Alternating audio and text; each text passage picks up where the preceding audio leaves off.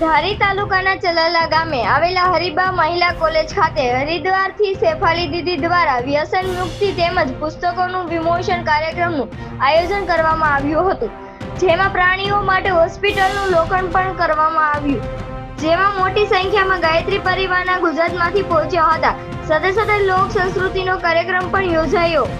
આ કાર્યક્રમમાં સમગ્ર આયોજન ગાયત્રી ધામના વડા શ્રી દત્તીદાદા અને શીતલબેન દ્વારા આયોજન કરવામાં આવ્યું હતું. આ પ્રસંગે હરીબા મહિલા કોલેજના ટ્રસ્ટી અને ભારત સરકાર દ્વારા સન્માનિત કરનાર તેવા મહેશભાઈ મહેતા દ્વારા તમામ આવેલા લોકોનું ભાવભર્યું સ્વાગત કરવામાં આવ્યું હતું. રિપોર્ટર હુસેનભાઈ સંઘાર, ધારી.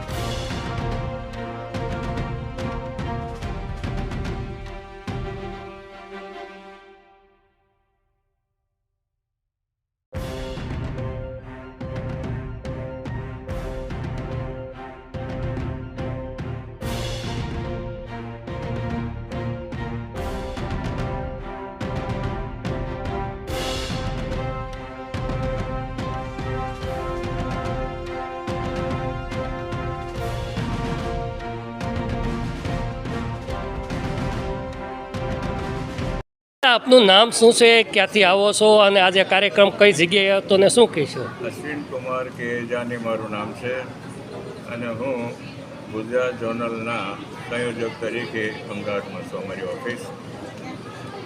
આ શેફાલી દીદીનો જે કાર્યક્રમ હતો ચલાલા શક્તિપીઠ ઉપર ને ચલાલા શક્તિપીઠ ઉપર અત્યાર સુધીમાં અમારા શ્રદ્ધેય ડૉક્ટર સાહેબ પણ આવી ગયા છે, પરમ અમારા આદરણીય ચિન્મય ભૈયા પણ આવી ગયા છે અને આ અમારા શેફાલી દીદી પણ આ એમનો ત્રીજો રાઉન્ડ છે.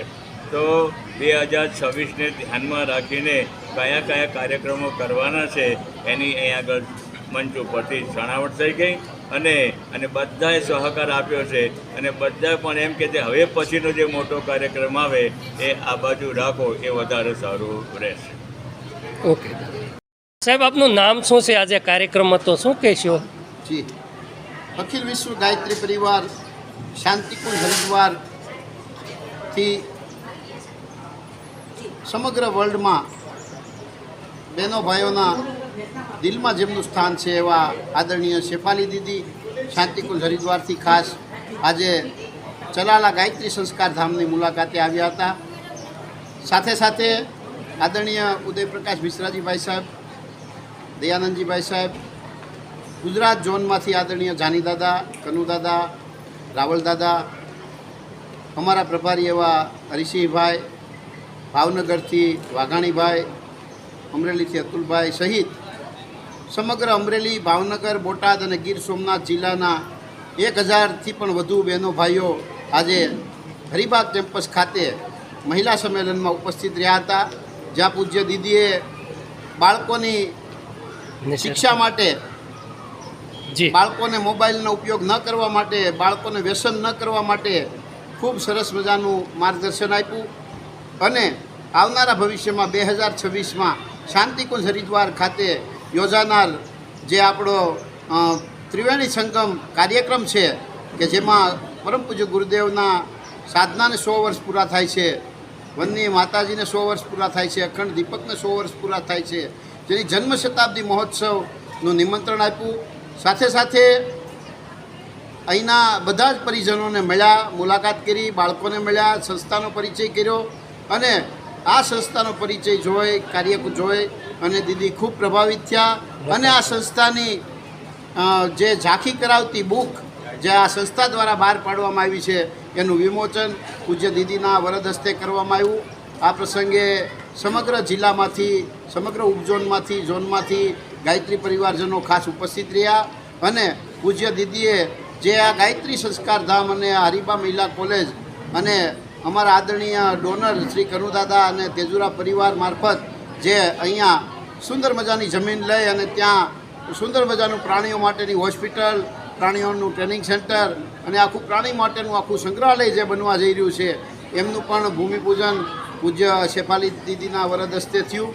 અને આ રીતે કાર્યક્રમ આજે ચલાલા ગાયત્રી સંસ્કાર ધામ ખાતે સંપન્ન થયો.